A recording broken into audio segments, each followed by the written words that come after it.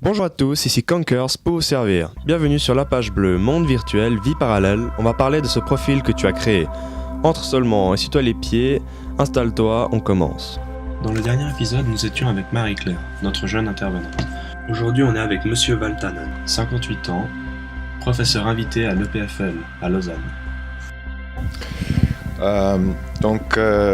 Je suis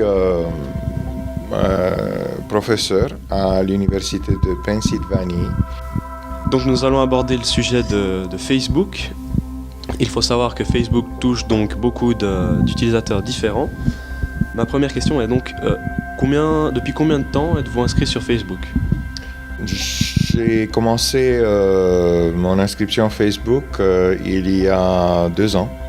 Facebook est un peu une source de perdre beaucoup de temps. Et pourquoi est-ce que M. Tannen s'est inscrit sur Facebook ? Il y avait cet ancien étudiant qui avait fini sa thèse et il est maintenant professeur à une université en Californie, UC Davis. Et un autre étudiant qui était toujours avec nous me dit, je le vois un jour dans les couloirs, et il me dit « Ah, est-ce que tu as entendu, tu as vu les photos de la fille de TJ qui vient d'être née ?» Il dit « Non, je n'ai pas vu. » Et il dit « Pourquoi vous t'envoyez un email ? Parce que c'est tout sur Facebook. » Le Facebook, c'est la méthode par laquelle ils communiquent leurs nouvelles. Et donc, j'ai une liste maintenant, très vite, j'ai fait une liste d'environ, 80, peut-être plus, mis sur Facebook. Mis à part les nouvelles, est-ce qu'il y a une autre raison d'être sur Facebook ? Rarement, j'utilise Facebook pour contacter quelqu'un. Donc, je n'utilise pas Facebook pour envoyer des messages régulièrement. Je fais ça par email. Mes fils m'ont dit que ça s'est très passé, que l'email s'est passé, qu'ils utilisent le Facebook comme un verbe, c'est-à-dire ils disent en anglais « I Facebooked you », c'est-à-dire je t'ai contacté par Facebook. Vous vous considérez donc comme un membre actif ? Ah non, en tout cas, en comparaison avec d'autres gens, je suis beaucoup moins actif. Mais il y a aussi une minorité des personnes plus âgées qui sont aussi très actives. Par exemple, ma femme, elle est plutôt active, hein. Elle met des photos, aussi informations intéressantes. Souvenez-vous de ce que Marie-Claire a dit. Combien de temps te connectes-tu par jour sur ces 6 connexions du coup ? Je pense 2 heures. Qu'en pense M. Tannen ? C'est pas bien. Je pense que c'est même dangereux. C'est-à-dire que j'apprécie la valeur du contact humain.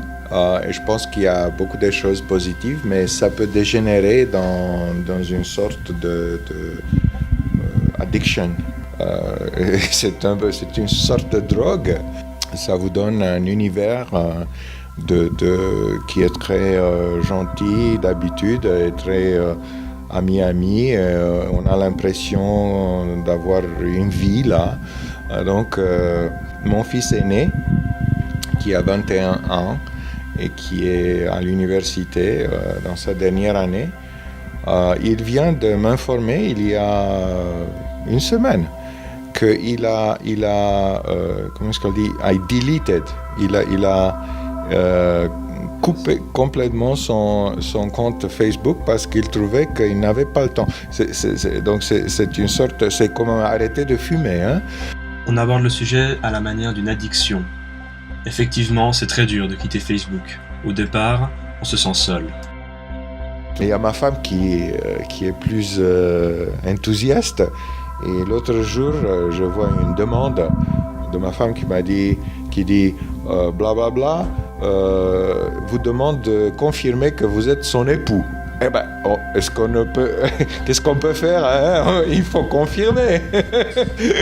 Sinon, il y a des problèmes domestiques.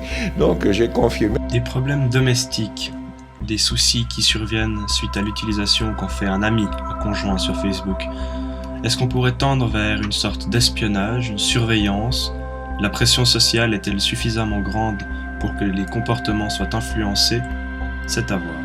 On se retrouve dans le prochain épisode avec Monsieur Valtanen pour qu'il nous explique un aspect plus technique de Facebook, ainsi que le bullying. C'était Cankers dans La Page Bleue, je rends l'antenne, à la prochaine.